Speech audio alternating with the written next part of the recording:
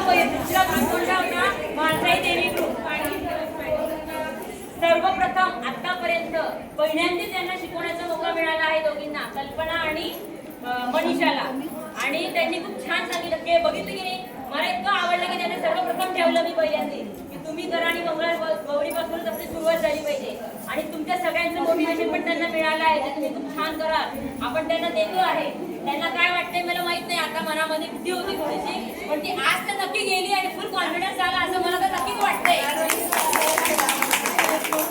कारण मला माहिती कोर्सेसच्या खाणीमधनं हिरे कसे शोधायचे आणि कशा पद्धतीने शोधायचे हे मला माहिती आहे. शोधले आहे.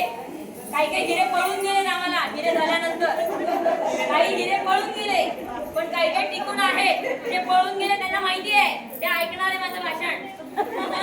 कळालं का? ते त्यांच्यासाठी संवाद आहे आणि जे टिकून आहे त्यांच्यासाठी हे संवाद आहे. आणि असंच तुम्हाला बेस्ट मिळत जाईल पुढच्या पुढे.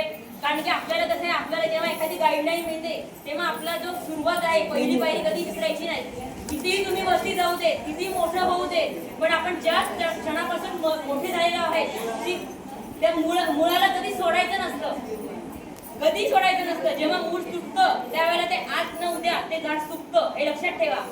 कारण जेव्हा खतपाणी मिळतं आणि ही देणारी सगळे खतपाणी देणारे लोक आहेत, त्याच्यामुळे यांचा स्नेह यांचं प्रेम कधी विसरायचं नाही. की आपल्याला खतपाणी कोण देते, आपल्याला मोटिवेशन कोण देते, आपल्याला पुढे कोण आणते.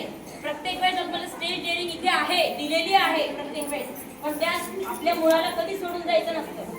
आता जो ऐकेल तो समजेल, काय हरकत नाही. जर तुमच्या घ्या वहिनी, घ्या.